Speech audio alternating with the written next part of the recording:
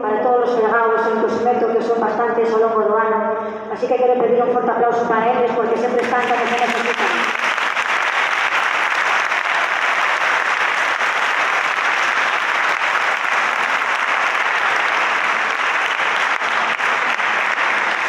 Por suposto, agradecer de novo a presencia de todos os coros por o esforzo que supuso para eles estar hoxe aquí.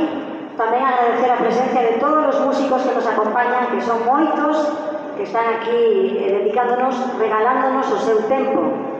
Agora, imos de pedir que, como isto de cantar parece que xa está un pouco pasadillo de moda, pero penso que cantar é fundamental. Un pobo que non canta é un pobo que non ten alma. Penso que deberíamos de cantar moito máis e hai que seguir cantando. Entón, pedimoslle, sei que hai uns libriños por aí coas letras dos villancicos que imos a cantar agora, que son coñecidos, a maioría deles, e non todos, que canten, por favor, con nós, sin antes desexarles a todos que pasen unhas felices festas e grazas por estar hoxe aquí. Ata a próxima. Gracias.